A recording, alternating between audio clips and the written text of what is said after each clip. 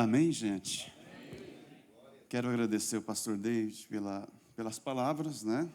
Eu penso que não é tudo isso, mas deixa eu ligar meu cronômetro aqui, porque nós vamos almoçar. Eu tenho a mesma quantidade que o meu colega teve, né? Queridos, é um prazer, uma honra. Eu quero dizer para vocês que comecei a servir na Igreja de Cristo em 1995 e há quase 30 anos servindo a igreja, e quero dizer para os colegas, para você acreditar que a sua hora vai chegar. Há quase 30 anos eu espero para dar uma palavra aqui, tá? Quero agradecer o presidente e toda a diretoria, né, que pensaram a respeito do meu nome, e eu estou muito honrado. Quero dizer para todos os meus colegas que estão aqui que eu estou diante dos meus heróis, tá? E das minhas heroínas. Quando eu penso, me permita falar isso, quando eu penso a respeito de trabalho com mulheres, quando eu estou pensando em trabalho de mulheres, a primeira pessoa que me vem à cabeça é a pastora Vaina. Parabéns pelo trabalho, tá? Que você realiza com as mulheres. Quando eu penso em como servir melhor as nossas comunidades, quando eu penso como servir melhor os irmãos, os colegas, a primeira pessoa que vem à minha cabeça é o casal de pastores, pastor Edson e Edivânia, que um dia eles estavam fora do país, e eles chegaram, gente, e eles tinham uma agenda comigo para abençoar a vida minha e da minha esposa em bodas de prata. Eles chegaram no aeroporto de Brasília há 12 anos atrás, eu já estou com 37 anos de casado. Eles chegaram no aeroporto de Brasília, pegaram um carro, nem descansaram, foram para Goiânia, para nos servir. Eu lembro de algo bem atípico, pastora Edivânia, me permita, tá? Quando ela desceu no estacionamento, onde seria o jantar de casais, e seria também a cerimônia das bodas de prata da minha esposa e eu, o sapato novo dela, comprado na América, arrancou o salto. E o pastor Ender, que é nosso auxiliar por 17 anos, ele tinha no carro uma cola de sapateiro, olha aí, é providência de Deus. Recuperou o salto, lembra disso? E ficou tudo bem, e eles nos abençoaram, chegando de outro país, correndo, no meio de tudo isso. Então, estou dizendo que eu estou aqui diante dos meus heróis, quando eu penso em como eu remir melhor o meu tempo para estar servindo, automaticamente eu penso no pastor David, que além de ser um grande advogado com vários outros profissionais a serviço do escritório dele, ele ainda assim tem tempo de pastorear uma igreja bem próxima à minha, que é uma bênção de Deus no Garavelo. Quando eu penso em como eu ter um nível de fé assim, capaz de curar as enfermidades físicas, a primeira pessoa que vem à minha mente é o meu amigo, o pastor Marcos Antônio, que eu acompanhei todo um tratamento dele, indo lá em Araguari, pregando, estando junto, conversando, e ele exercia uma fé tão grande, a ponto de ser curado de uma enfermidade terrível, e está totalmente recuperado através da fé.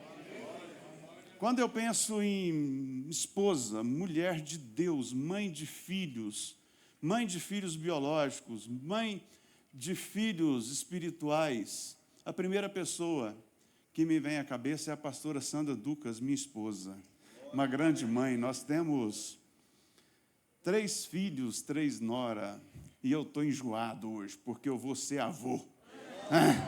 Vou ser avô da Esther, ela nasce agora em novembro. Essa é a notícia boa. Tem uma que não é tão boa, mora a 1.650 quilômetros de distância. Daqui para Paraupebas vai ficar curto esse caminho, gente. Amém? Eu louvo a Deus por essa oportunidade.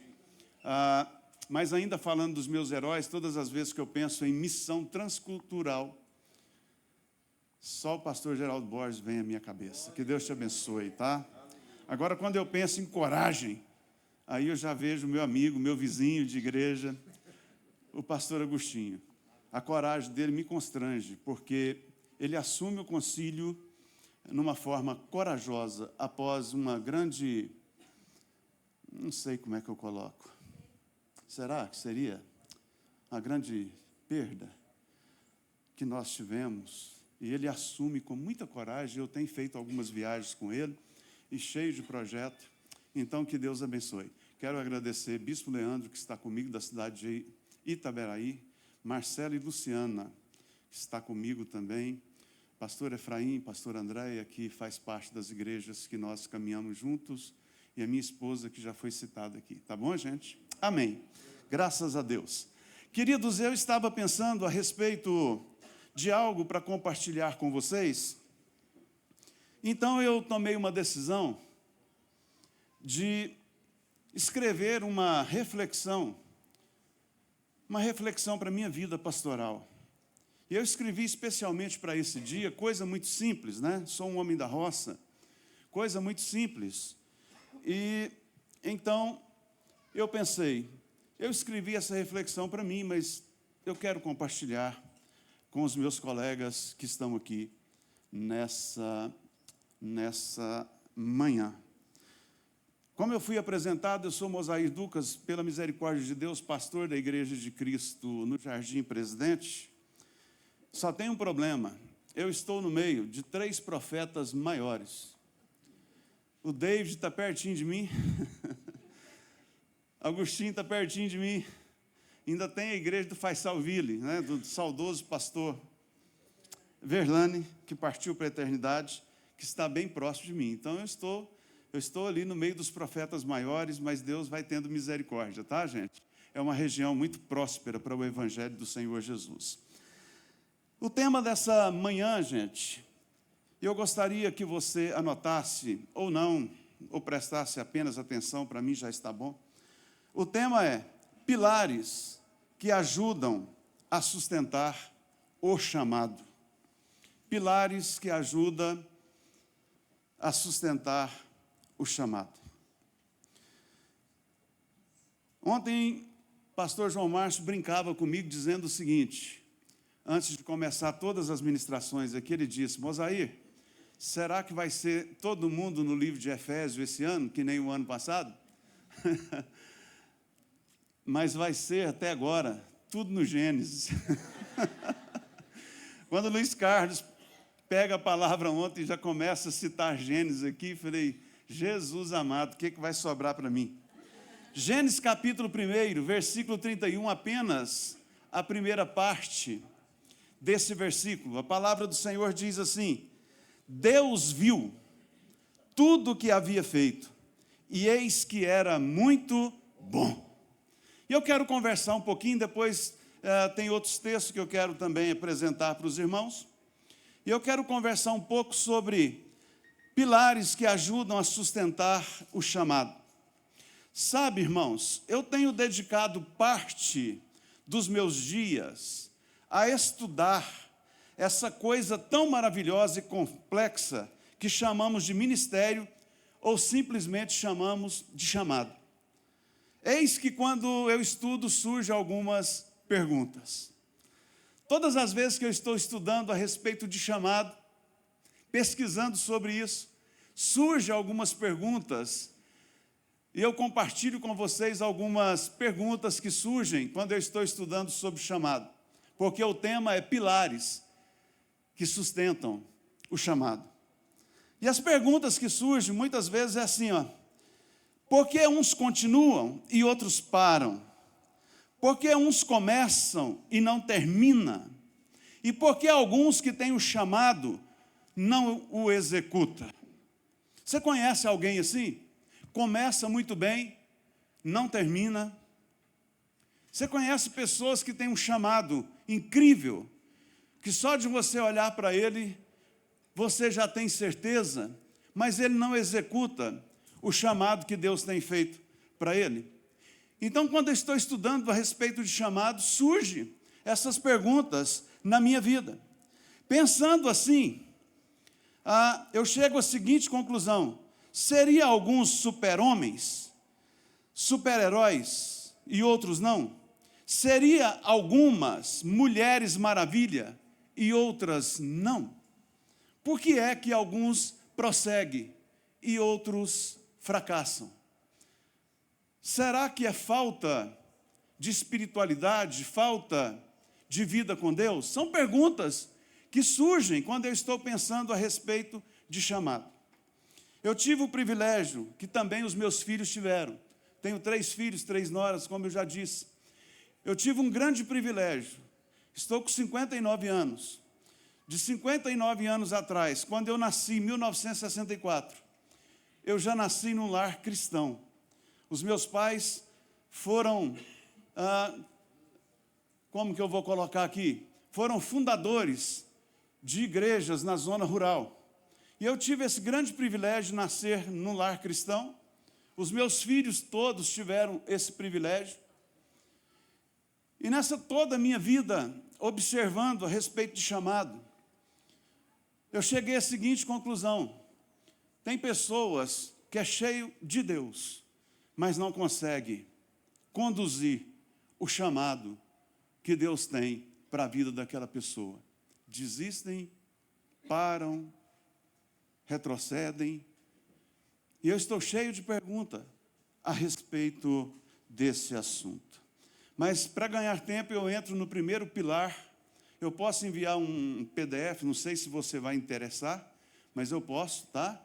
Mandar todas as vezes que termina a última celebração de domingo na Igreja de Cristo do Jardim Presidente. Nós mandamos PDF para as pessoas, porque nós temos alguns pequenos grupos também. E eu posso enviar, se você achar que isso aqui é interessante, tá? É só me dar seu número. Depois a gente pode fazer isso e compartilhar essas ideias tão simples, coisa que você sabe de cor e salteado. Eu não estou aqui para ensinar vocês, meu Deus, não estou. Eu estou aqui para chamar vocês para a gente recapitular coisas que nós já sabemos e praticamos. Amém, gente?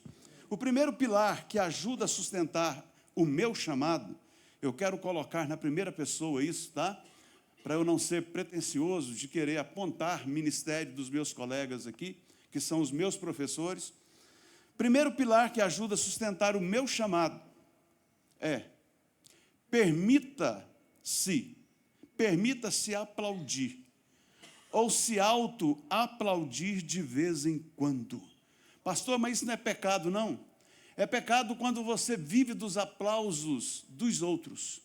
É pecado quando você termina uma ministração, ou termina uma conferência que nem essa, ou termina o ano lá na sua igreja e de repente você começa a procurar os irmãos. Como é que eu fui? Como é que foi esse ano? Como é que eu estou conduzindo esse negócio aqui? Quando você vive dos aplausos externos, tem um grande problema nisso. Mas quando você se permite ser aplaudido por você mesmo, o texto que nós lemos fala que Deus, antes do 6º dia, no 5º dia, eu estava no 5º dia da criação ou recriação, isso aí vai depender da sua teologia, não quero entrar nisso, da criação ou recriação. No 5º dia, Deus está terminando o 5º dia, e Deus fecha para balanço. Ele dá uma pausa, ele começa a olhar em tudo que ele criou, repito, ou recriou, não vamos entrar nessa questão, e ele para olhar em toda a criação ou recriação, e ele chega à seguinte conclusão: ele olha para ele mesmo, e ele fala: uau, é muito bom. Gente, o primeiro pilar de um ministério duradouro, de um chamado, é quando você olha para a sua vida, depois de um culto, 2 cultos de domingo, que é o nosso caso lá, e você senta no seu sofá na sua casa, e vai pensar nas coisas que Deus fez, vai pensar nas coisas que Deus está fazendo na sua capela, na sua congregação, na sua comunidade. E aí você chega à seguinte conclusão: é bom, mas você também pode chegar, pastor Clodoaldo, à seguinte conclusão: é ruim pra caramba. Né? O goiano fala muito desse negócio de pra caramba. É ruim pra caramba. Então eu quero dizer para você, se permita aplaudir, se aplauda nesses dias quando você estiver acertando, mas quando você estiver errando, recalcule a sua rota, peça perdão para Deus, muda o jeito que você está caminhando, para que você tenha um ministério frutífero nesses dias. Mas aquilo que é bom, permita você entender que aquilo que você está realizando, Deus está agradando. Amém, gente? Glória a Deus. Fica comigo aqui que eu quero conversar a respeito disso com você. Permita-se aplaudir ou se auto-aplaudir de vez em quando. O obreiro não pode viver dos aplausos externos, mas pode sim alimentar de vez em quando do próprio aplauso. No Gênesis capítulo 1, que nós já citamos aqui, por algumas vezes após Deus criar alguma coisa ou recriar, ele fechava para balanço, contemplava e dizia: é muito bom. Quando eu faço algo bom, eu preciso ter consciência, e quando eu faço algo ruim no ministério, eu preciso recalcular a rota e abandonar os erros. É disso, ou é nisso que eu acredito. Segundo pilar, que ajuda a sustentar o meu chamado. O meu chamado. Se encontra, não precisa ler, só anota aí. O segundo pilar dessa manhã, quase tarde, se encontra em Gênesis capítulo 16, 3. Depois você lê. Eu jamais devo terceirizar as minhas obrigações de obreiro. Pastor, o senhor está fazendo apologia para eu ser um ministro do Evangelho centralizador? Não. Você precisa dar oportunidade a todas as pessoas da sua igreja. Jamais eu faria apologia aqui para você se tornar ou sair daqui um líder centralizador. O que eu estou dizendo é diferente. Eu estou dizendo que um dos pilares fortes do meu ministério, e do seu também, é jamais terceirizar as suas obrigações de obreiro. Veja bem, o maior problema, e agora eu chego lá em Gênesis 16, 3, te conto a história. O maior problema de Abraão e Sara não foi trazer Agar para dentro da casa deles. Esse não foi um problema. Você conhece a história.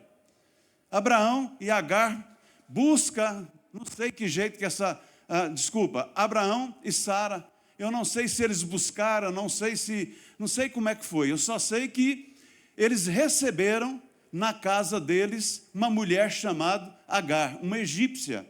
O maior problema deles, gente, dos dois, não foram receber Agar na casa deles.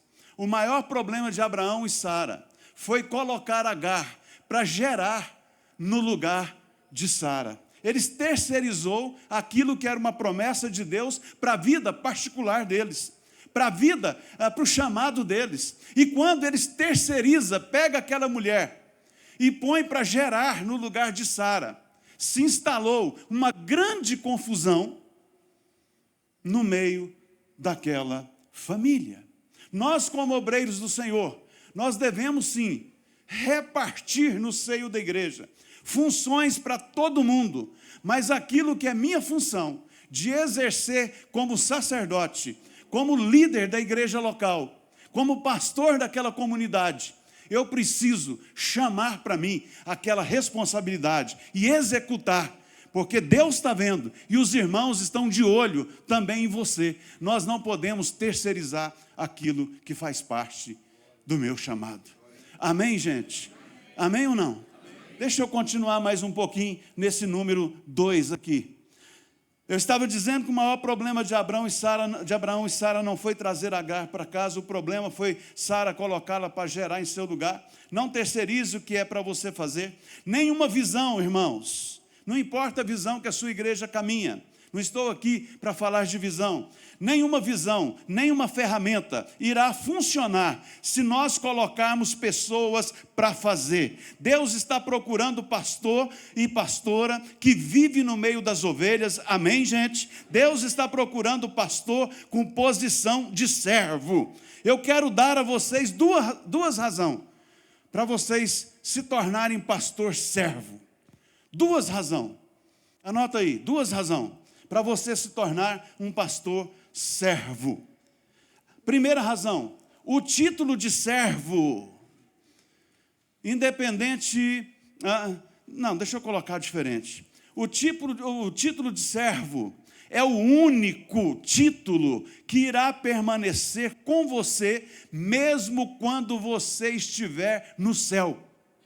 Mateus capítulo 25, 21, disse-lhe o Senhor, muito bem, servo bom e fiel, foste fiel no pouco, sobre o muito te colocarei, entra no gozo do teu Senhor. Título de presbíteros, diáconos ficarão aqui. Títulos de pastores ficarão aqui no arrebatamento. Vocês creem no arrebatamento, né, gente?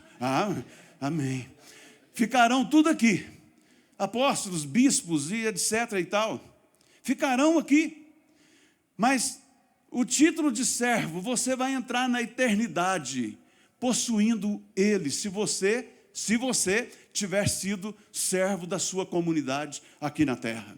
Você vai entrar na eternidade levando esse título. Então, queridos, a primeira razão para você ser um pastor servo é que o seu título permanecerá nos céus. A segunda razão, a posição de servo é a mais confortável, porque é a posição que tem menos concorrência. Ninguém quer ser servo mais. A concorrência é, pequenininha, então seja servo, é confortável, você não tem que brigar com ninguém, você não tem que disputar no tapa com ninguém, você não tem que brigar, discutir com ninguém, gente. A concorrência para ser servo é isso aqui, é muito confortável ser servo, tem ninguém de olho na sua posição, não tem ninguém tramando para tomar o seu lugar de servo, está todo mundo correndo e deixando você servir sozinho, e isso é muito gratificante. Seja um pastor servo nesses dias, em nome de Jesus. Terceiro pilar que ajuda a sustentar o meu chamado, Gênesis capítulo 22, versículo 5, não abra. Terceiro pilar, gente, e eu aprendi isso aqui na pele. Ser um adorador na dor. Adorador, o nome já diz, né, pastorzão? Desculpa a redundância aqui, ser adorador na dor. Eu aprendi isso, queridos. Eu aprendi isso. Disse para vocês que eu tenho 3 filhos muito bem-sucedidos, estudaram muito, ocuparam os lugares altos da terra. E por 11 anos, eu fiquei adorando ao Senhor na dor. O meu do meio, Rafael, farmacêutico, depois da mestrado em farmacologia pela Universidade Federal, diretor de lançamento de produto da Cifarma farmacêutica, perto do Ceasa, lá em Goiânia. Por 11 anos, eu pregando o Evangelho todos os dias é força de expressão, né? Eu tive que adorar o Senhor e cantar louvores e pregar palavras. A única coisa que eu não aceitava era falar, aceitava convite para falar em uma das nossas igrejas, ou outras denominações, eu só não aceitava o convite para falar de família. Eu falava para casais, porque há 37 anos, fazendo 38 agora, eu estou casado com a mesma mulher, uma bênção. Falava de todos os outros assuntos que me chamasse, mas para a família, se me ligasse ou se me procurasse num evento que nem esse, ia receber um não, porque meu filho há 11 anos ficou desviado. Não ia na igreja. Na segunda-feira, a gente abre o Instagram, dá uma olhada. A gente abre o Instagram todo dia, né, irmãos? Não vou ser hipócrita aqui, não. Na segunda, quando a gente abria para dar uma olhada, que tristeza. Fotos do meu filho com bebida na mão. Meu Deus, que coisa, que triste. 8 anos Deus não falava. Eu saía caçando as irmãs do coque. Vou abrir o confessionário agora. Um dia eu saí tão desesperado que eu lembrei que nós estávamos, eu e minha esposa, lá no passado, quando as crianças eram pequenas, nós estávamos voltando de Caldas Novas, era do interior, e eu perdi na hora de entrar para dentro de Goiânia, e peguei no sentido de Anápolis. Nós perdemos de carro, muitos anos isso. E quando nós perdemos, veio perdido olhando assim, veio uma irmã do coque, e fez, baixa o vidro, e nós, assustado, perdido em Goiânia, meu Deus do céu, lá da roça, do interior. Nós baixamos o vidro, e a irmã entrou a cabeça dentro do vidro, deu uma palavra para minha esposa, lá atrás, as crianças eram pequenas. E eu guardei não a palavra, eu guardei aquele ato daquela mulher pedir para baixar o vidro e dar uma palavra. E eu lembrava daquilo e eu saía de pé nas ruas de Goiânia, olhando os pontos de ônibus, caçando as irmãs do coque, falando, Deus, tem misericórdia, faça de novo como o Senhor fez aquele dia que uma mulher mandou a gente parar, nós estávamos perdidos e deu uma palavra de Deus para a gente, faz de novo, me dá uma palavra, eu não aguento isso mais. Por 8 anos, estou falando de adoração na dor. E nós temos um acampamento, Deus nos deu um acampamento muito bacana, e nós fazemos um encontro lá chamado Céu na Terra. E quando estava completando 8 anos, desses 11 anos, 8 anos de silêncio, pastora Vânia. Silêncio, Deus falava comigo, não. Pensava que eu estava desviado, passava uns trem na minha cabeça, umas tribulação, umas coisas, umas loucuras, geando o céu. Não quero que ninguém de vocês passe isso. Deus não falava comigo, levava profeta na igreja, levava o Papa da revelação, e nada para mim, para todo mundo, e nada para mim. Deus não fala. Eu com esse problema familiar, fizemos o céu na terra, e nesse dia Deus abre os céus, e todas as pessoas que estão passando pelo céu na terra, tudo crente, esse encontro só vai crente. A gente não fica pegando aqui as pessoas, porque não é de evangelismo, ele é um outro negócio lá, uma outra pegada, pastor Luiz. E Deus começa a usar pessoas que estão passando pelo encontro. Lá nós temos uma ministração chamada Restaurando os Altares. Na hora da restauração dos altares, Deus começou a pegar pessoas que estão passando, pessoas que estão ministrando, e começa a trazer palavras dizendo que naquele dia, 8 anos, estava fazendo 8 anos, que ele começou a responder às nossas orações. Sabe, gente, passou mais 3 anos, completou 11, e nós adorando ao Senhor, pregando pelo Goiás, por outros estados, andando, fazendo a obra do Senhor, cantando louvores. Quando foi agora, 2023, 8 de maio, eu estava numa vigília. Meu filho, nessa época, o ano passado, ele morava no quintal do Flamboyant, 30º andar.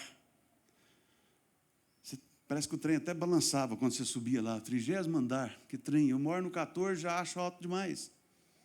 8 de maio, eu estava numa vigília de oração na sala do meu apartamento. Só mora eu e minha esposa nesse apartamento. Ela estava dormindo. E eu fiquei até as 2 horas em vigília. Estou falando de adoração na dor, tá? Daqui a pouco eu concluo. Não me perdi, não. Às 2 eu vou para o quarto, para dormir. Minha esposa já está dormindo, está lá roncando. Oh, não, está dormindo.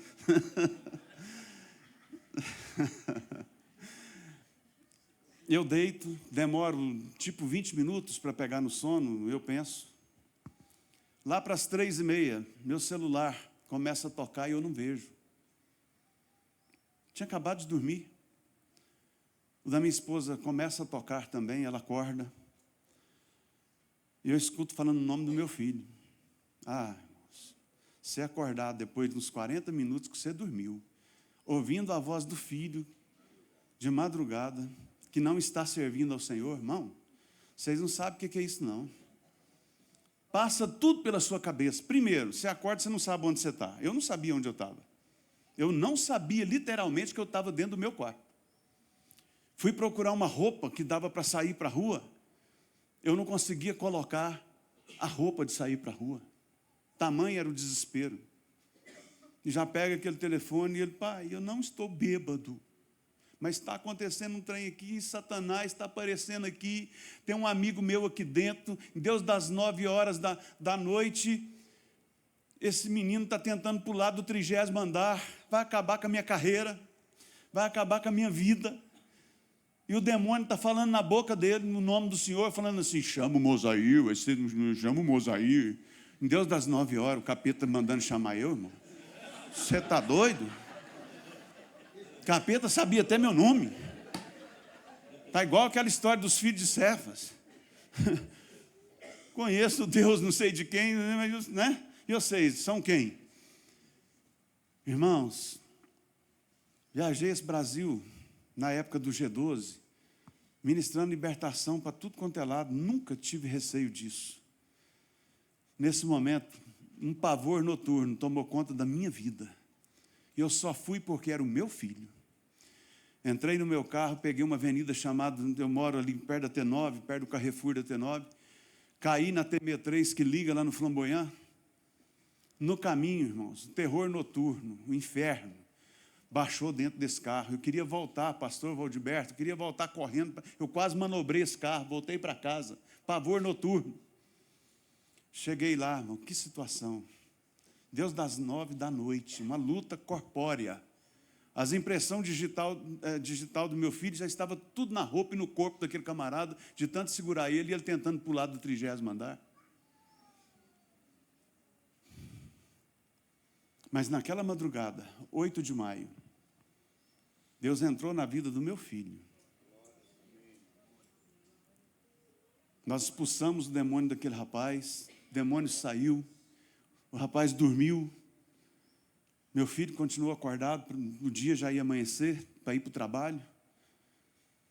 Deus entra na vida daquele rapaz, ele volta para a igreja, congrega no culto da manhã na minha igreja, arruma uma moça linda, chamada Anália, começa um relacionamento que já dura 5 meses, faz 5 meses agora, eu acho que até agora, porque eu abri um negócio ali e vi ele numa floricultura, romântico igual o pai, já estava comprando flores, eu acho que comemora o 5º mês agora.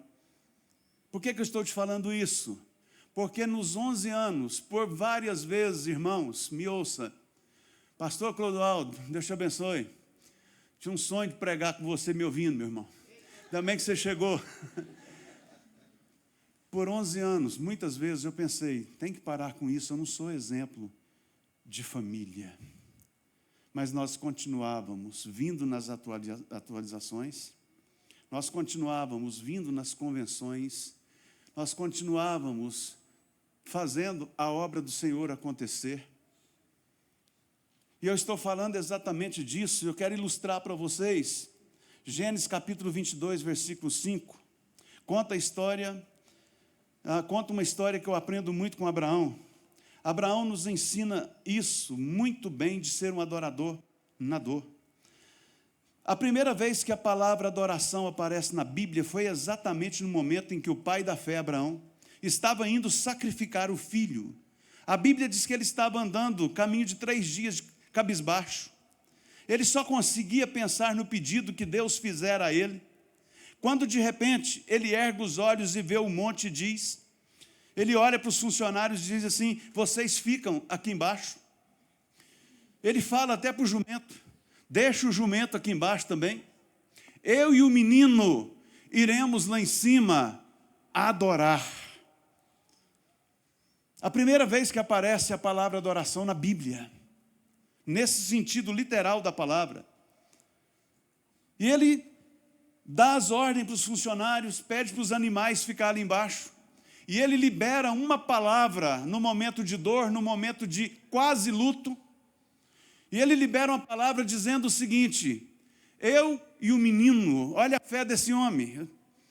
Eu e o menino ia ser crucificado, gente. Já tinha uma palavra de Deus, a lenha já estava nas costas do menino, o cutelo já estava na mão, o fogo já estava na mão, a tocha já estava acesa.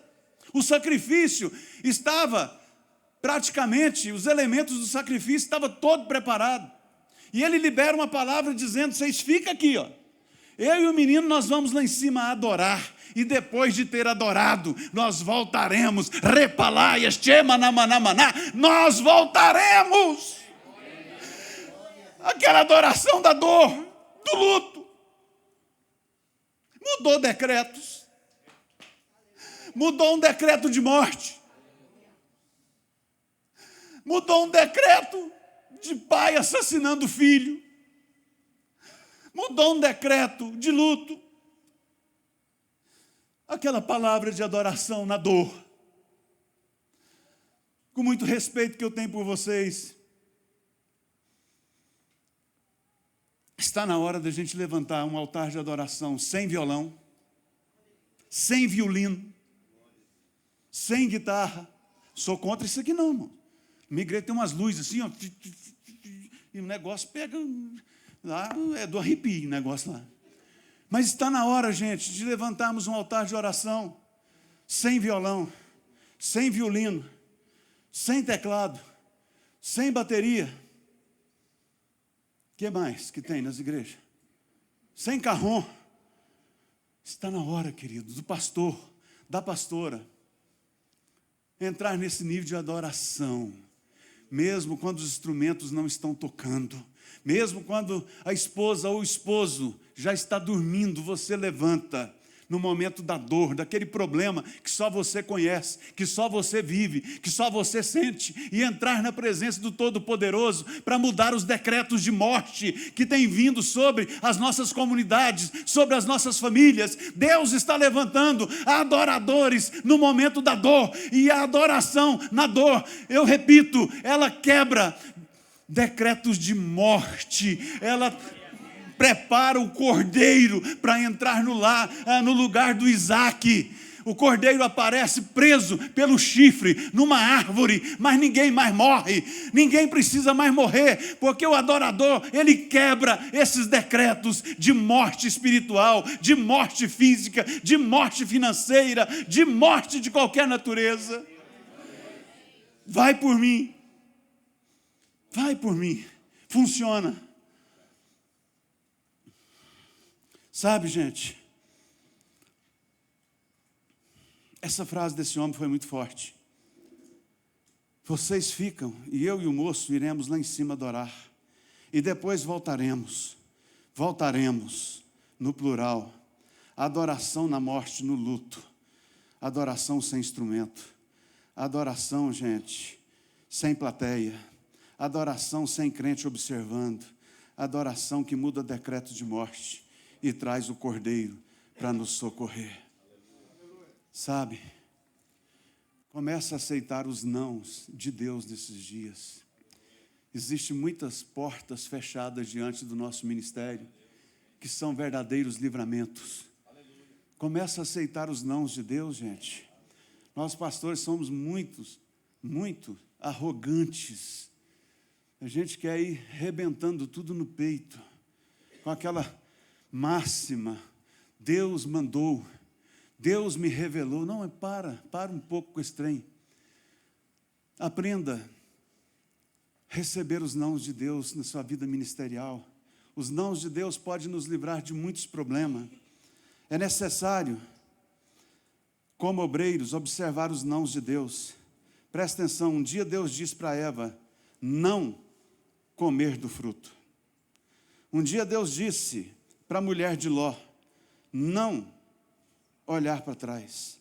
Um dia Deus disse para a viúva da cidade de Naim: não chores. Por trás dos nãos de Deus estão os nossos maiores milagres. Lá no Monte Moriá, Deus gritou, bradou: não! Faça isso com o rapaz. E a mão daquele homem, que já estava estendida, congela, petrifica. O não de Deus tem que fazer você parar com as decisões que você acha que está agradando Deus, que você pensa que está agradando Deus. Os nãos de Deus vai te livrar de muitas coisas.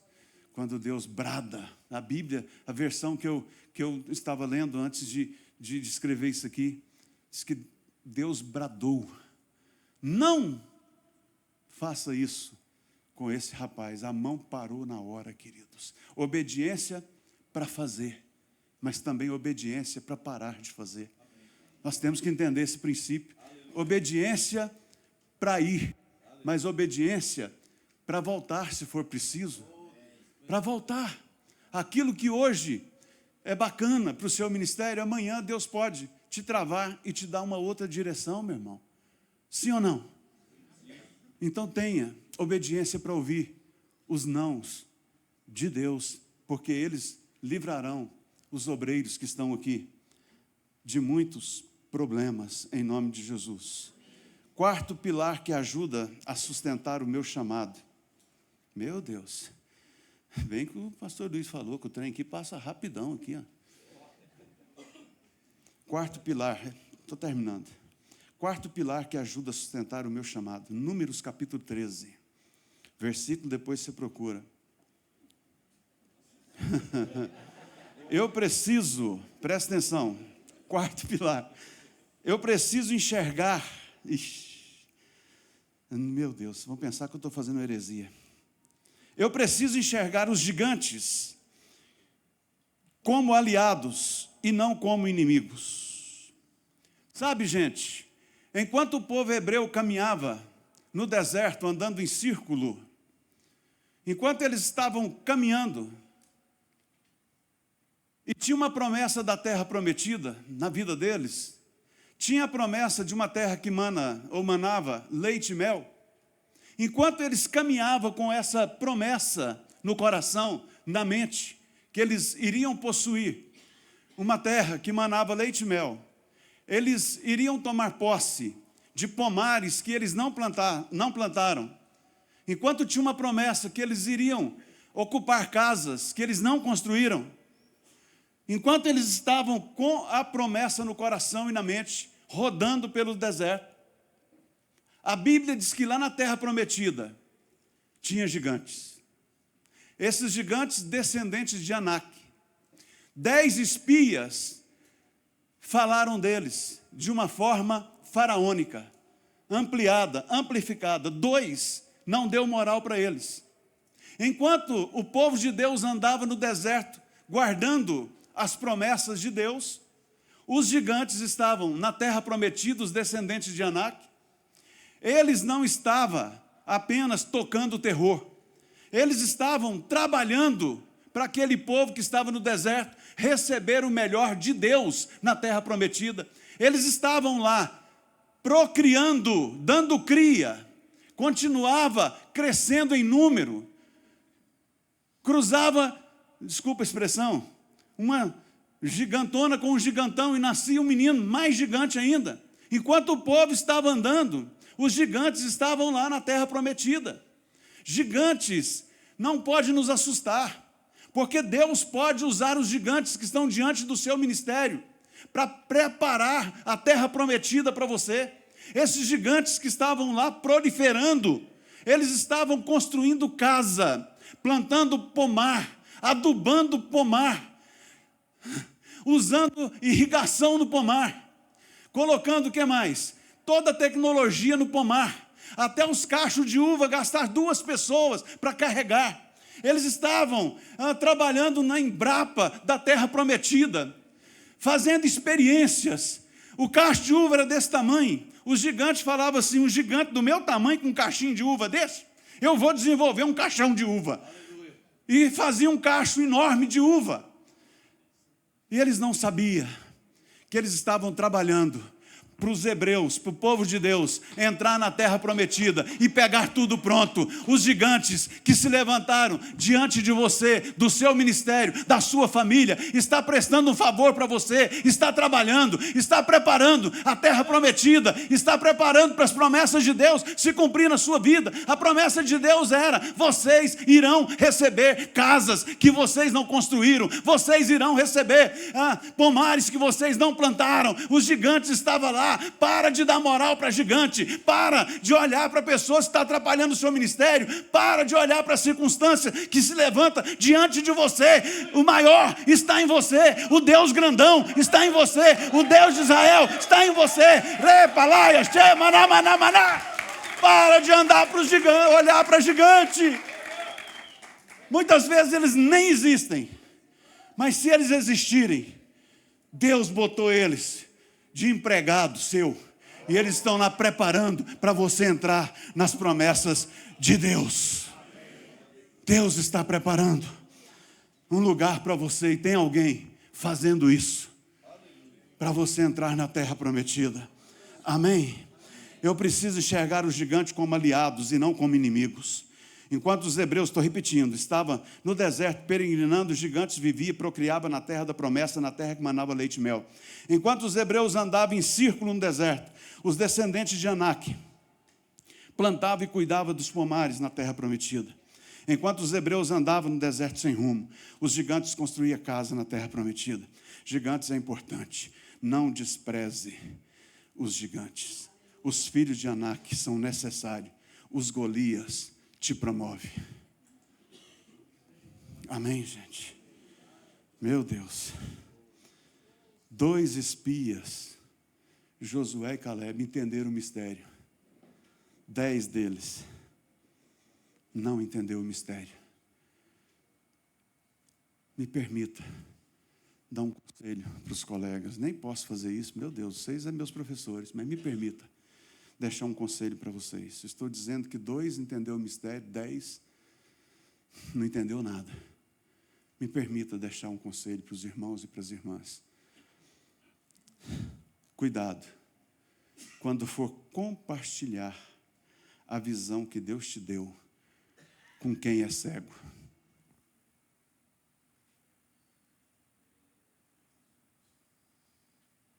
Cuidado.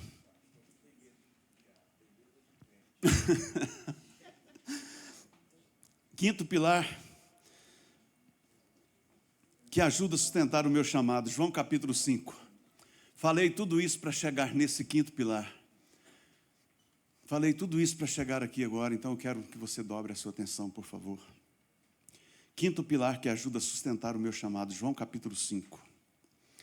O quinto pilar aqui, queridos, eu chamo de as visões sobrenaturais que nós temos. Pastor precisa ver o que os membros não estão vendo. São as visões do sagrado, são as visões do sobrenatural de Deus que nos fazem suportar o nosso chamado. João capítulo 5, você conhece? Conta que havia uma festa dos judeus e existe lá um tanque em hebraico chamado de Betesda, que tem não sei quantos pavilhões, você conhece a história.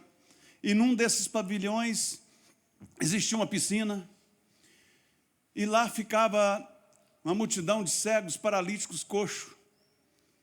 E um homem suportou lá por 38 anos.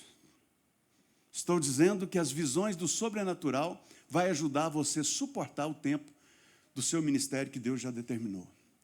E esse homem, por 38 anos, ele suportou vendo pessoas entrar na frente dele, pessoas sair vitoriosas, pessoas sair pulando, gritando, eu consegui. E ele olhava aqui, não conseguiu bolufa nenhuma, e ele está lá olhando aquilo, e 38 anos, e tem gente aqui que não tem nessa idade ainda, olha para você ver. 38 anos ele estava suportando. Ele suportou por 38 anos, porque a Bíblia conta a história dele dizendo que de tempo em tempo ele via anjos. Amém, gente? Quando as visões de Deus estiver na sua vida, você vai suportar. 38 anos, ele via anjos. 38 anos, Ele não conseguiu o que ele queria, não. Mas ele via as águas se movimentando sobrenaturalmente, redemoinho de água. Aquele trem, ele olhava para a piscina e falava, hoje esse tanque está diferente, tem um negócio mexendo. E de repente ele olhava para o outro lado e de tempo em tempo descia um anjo e ele ia tendo as visões de Deus e ele então suportava. Se você quer continuar suportando, meu irmão, tenha as visões do sobrenatural de Deus nesses dias. Tenha a visão do sobrenatural. Deixa eu ir concluindo aqui. A Bíblia fala de um homem que suportou por longos 38 anos à beira do tanque. Eu penso que o motivo de tanta perseverança se dava pelo fato de que de tempo em tempo ele via anjos naquele lugar. Ele tinha visões sobrenaturais. Meus nobres colegas, precisamos prestar atenção no movimento das águas que estão agitando em nossa frente. Muitas vezes os nossos membros estão vendo e nós ainda não. Moisés, quando ficou por mais de 30 dias na presença de Deus no monte, toda a congregação via o monte fumegando. E quando Moisés desceu, o povo via o brilho no rosto dele. Deus está escolhendo uma geração de obreiros que quando ele sai da presença de Deus, ninguém tem dúvida, ele olha para você e fala, ali está um homem de Deus, uma mulher de Deus, ali vai uma pessoa que estava jejuando, você não precisa nem contar, ali tem uma pessoa que faz o devocional dele, ali vai uma pessoa que Cristo mora no coração dele. A congregação precisa ver a sua vida com Deus, precisa olhar para você e ver uma diferença no seu rosto. Precisa ver, gente. Deus está levantando um povo. Os membros estavam tudo petecados. Bezerro de ouro. Arão, uma confusão. Fazendo bezerro de ouro, gente. O homem está lá com o rosto brilhando, castaba na mão. Mas de uma coisa, o povo não pôde negar. O monte que esse homem estava fumegava. E o rosto dele fumega também. Arrepia tudo. Fumega também, porque ele estava na presença do Senhor. É tempo de nós termos as visões do sobrenatural de Deus. Tem muito crente da sua congregação que já está há anos-luz nas nossas frentes, vendo Deus lá, vendo tudo. Eu estava pregando, irmã, preciso falar com o senhor. Tinha uma luz, um negócio em riba do senhor aí, e eu não estava vendo nada. Eu estava era tremendo para pregar para aquele povo. Mas membro estava vendo uns negócios e eu não estava vendo. Voltei para casa, em vez de ficar empolgado, que tinha uma luz, um negócio, uma roupa branca, um trem, um negócio. Eu acredito nisso. Mas em vez de eu voltar, eu voltei e falei, Senhor, orei tanto para pregar essa palavra para aquele povo. Quem tinha que estar vendo essa luz era eu, meu Deus. É tempo, porque quando você tem as visões dos céus, os céus te faz suportar, os céus te faz suportar, os céus te faz suportar. Deus não está preocupado em levantar, presta atenção nisso, Deus não está preocupado em levantar mais púlpitos por aí afora, Deus está querendo levantar altar. Púlpito é onde o homem sobe, altar é onde Deus desce. Deus irá descer no seu tanque nesses dias. Creia nisso. Púlpito é onde o homem sobe, altar é onde Deus desce. Deus está querendo levantar altar no nosso meio nesses dias. Fiquem de pé, por gentileza. Glória a Deus. Eu vou falar algo para vocês, encerrando, e eu vou falar com muita tristeza. O que eu vou falar agora é com muita tristeza. Estamos vivendo a era dos escândalos pastorais. Mexi no meu Instagram lá em cima, eu sigo lá um negócio lá, um jornal, um trem. Sigo vários para ver o que está acontecendo. Abri o trem lá, agora, de manhã. Estava assim, pastor é preso pela Polícia Rodoviária Federal com 40 quilos de droga. Está quentinho essa prisão desse camarada. E vai esquentar mais. Nós estamos vivendo, gente, é com muita tristeza que eu falo isso para os colegas. Estamos vivendo a era dos escândalos pastorais. Que tristeza. Está feio se apresentar como pastor nesses dias. Fui comprar um carro, precisava financiar. O camarada falou assim, o que o senhor faz? Sou pastor. Ele falou, não fala não. Na hora que eles te ligar, eu estou passando o nome do senhor aqui, um negócio, mas o que ele ligar, o senhor não fala não. Eu falei, ué, mas por que eu não posso falar? Ele falou, não, você quer o carro? Eu falei, eu quero. Aí. O score está bom, o negócio está bom, eu tenho um dinheirinho para dar de entrada. Não, então o senhor não fala não. Fala que o senhor como é que chama aquela profissão que não tem carteira? Hã? Autônomo. Fala que o senhor é autônomo. Eu falei, sangue de Jesus tem poder. A que ponto nós chegamos? Estava olhando umas frutas numa frutaria. No interior tem muito esse nome de frutaria. Eu estava no interior esse dia, olhando umas frutas. Estava lá, tinha um espelho enorme na frente da banca. Era promoção, o povo estava doido. Não sei quantos quilos, não sei quantos saquinhos, tanto. E eu lá também, aproveitando o trem. Estou lá, o espelhão assim, ó, eu estou aqui, ó, o espelho está aqui, estou aqui pegando. Entra um camarada que me conhecia, a frutaria estava lotada. E ele grita assim, ô pastor!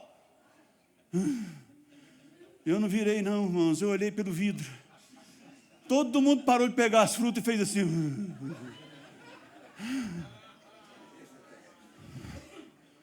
Que trem que foi esse dia, irmão? Nem gosto de fruta, de verdura, vamos embora. Eu gosto é de carne. Nem gosto, o que eu estou fazendo aqui? Sabe, gente, com muita tristeza que eu falo isso, nós estamos vivendo a era dos escândalos pastorais. Que tristeza, está feio se apresentar como pastor nesses dias. E com vocês de pé, eu chamo a sua atenção para aquilo que a Bíblia diz. A Bíblia no livro do profeta Isaías, depois você procura o capítulo e o versículo, diz o seguinte, que o rei Ezequias, olha para mim aqui por favor, olha comigo aqui, o rei Ezequias adoeceu de uma enfermidade mortal, e o profeta Isaías foi visitá-lo e lhe disse, assim diz o Senhor, põe em ordem a tua casa, porque morrerás e não viverás.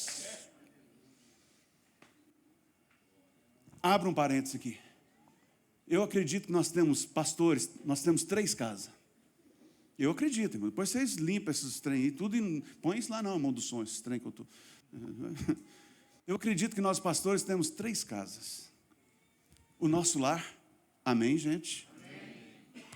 O nosso corpo, concorda comigo, sim ou não? Amém. E o templo, a casa de Deus. Nós pastores temos 3 casas, no mínimo, 3 casas. O mais rico aí tem 8. Então, os irmãos aí que vivem de renda. A Bíblia diz, então, queridos, presta atenção, fecha o parênteses. A palavra que veio ao rei Ezequias é, põe em ordem a tua casa, porque morrerás e não viverás. Eu penso que nós temos 3 casas, vocês também dizem que pensam comigo. Segundo o escritor do livro de Isaías, até para morrer, a casa precisa estar em ordem. Agora imagina para receber vitória. Agora imagina para continuar avançando. Agora imagina para continuar crescendo. Agora imagina para continuar fazendo ministério. Se a casa não estiver em ordem, você não presta nem para morrer, meu irmão.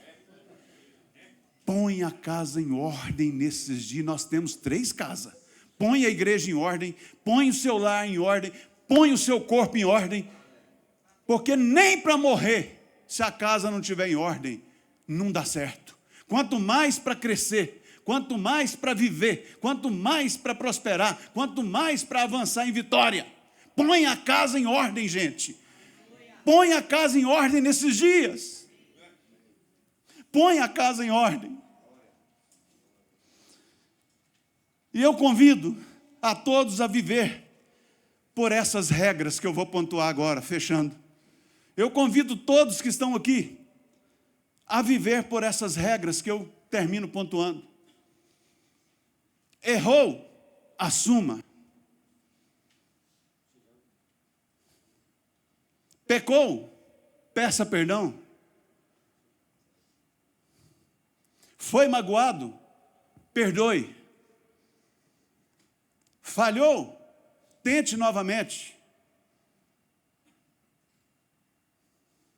Não sabe?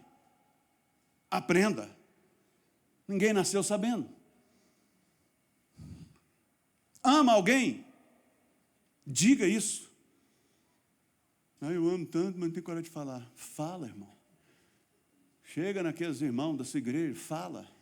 Naquelas irmãs, fala. Na sua família, fala. Nas irmãs, não. Você não vai falar nada para as irmãs dos outros. Mulher dos outros, não. Em Jesus. Vou repetir. Eu convido a todos nós a viver por essas regras. Errou, assuma, pecou, peça perdão, foi magoado, perdoe, falhou, tente novamente, não sabe, aprenda, ama alguém, diga-lhe, está difícil, ore. Mas não desista. Não desista. Porque você tem um chamado sobre a sua vida. E você vai terminar a sua carreira com esse chamado. Servindo pessoas, servindo a Deus, servindo pessoas. E quando você chegar na presença do Cristo de Deus, Ele vai olhar para você e vai falar assim, ó, servo bom e fiel. Servo bom e fiel. E vai falar uma coisa que entra para o gozo do seu Senhor. Aleluia. Feche seus olhos. Eu oro com você, se você quiser ficar com alguém, se não, não tem regra aqui não. Aqui não tem regra. Se você quiser ficar sozinho, fica também sozinho. Eu oro sobre essa palavra. Deus, em nome de Jesus. Pai, muito obrigado pela oportunidade que o Senhor me deu de compartilhar uma palavra, meu Deus, que eu precisava pregar ela só para mim, trancado no meu quarto. Uma palavra, meu Deus, para mudar a minha maneira de pensar. Mas eu resolvi, Senhor, compartilhar com os meus professores que estão aqui, as minhas professoras, meu Deus, os meus heróis e as minhas heroínas que estão aqui. Meu Deus, em nome de Jesus, nos dê, papai, pela sua misericórdia, nos dê o pilar, meu Deus, que nós estamos chamando aqui, de pilar, onde nós aplaudimos quando nós acertamos e também excluímos, meu Deus, quando nós erramos. Nos dê, meu Deus, o pilar, aonde nós não vamos terceirizar as nossas obrigações como obreiro. Dê, Senhor Jesus, aleluia, glória a Deus. Dê o terceiro pilar, meu Deus, que é ser um adorador na dor, meu Deus, funciona. Eu posso avalizar, meu Deus, essa palavra, porque funcionou comigo, em nome de Jesus. Meu Deus, em nome de Jesus, nos dê o quarto pilar, que é, meu Deus, enxergar que os gigantes são os nossos aliados e não são os nossos inimigos. Meu Deus, nos dê o quinto. Meu Deus, as visões dos céus nos ajuda a ser sustentado por anos, por décadas no nosso ministério, em nome de Jesus. Pai, e o último, Pai, tem misericórdia de nós. Ajuda-nos a colocar a igreja em ordem, a casa em ordem, o corpo em ordem. Meu Deus, porque se a casa estiver fora de ordem, nem para morrer nós servimos. E nós queremos avançar, nós queremos crescer, nós queremos prosperar, nós queremos, meu Deus, fazer a Tua obra, nós queremos alcançar vidas, nós queremos, meu Deus, impactar bairros, cidades, estados, nações. Oh, aleluia, glória a Deus. Você que toma posse disso, dê um aplauso ao Senhor, dê um aplauso ao Senhor, dê um aplauso ao Senhor. Repalaia, xemanamananá. Oh!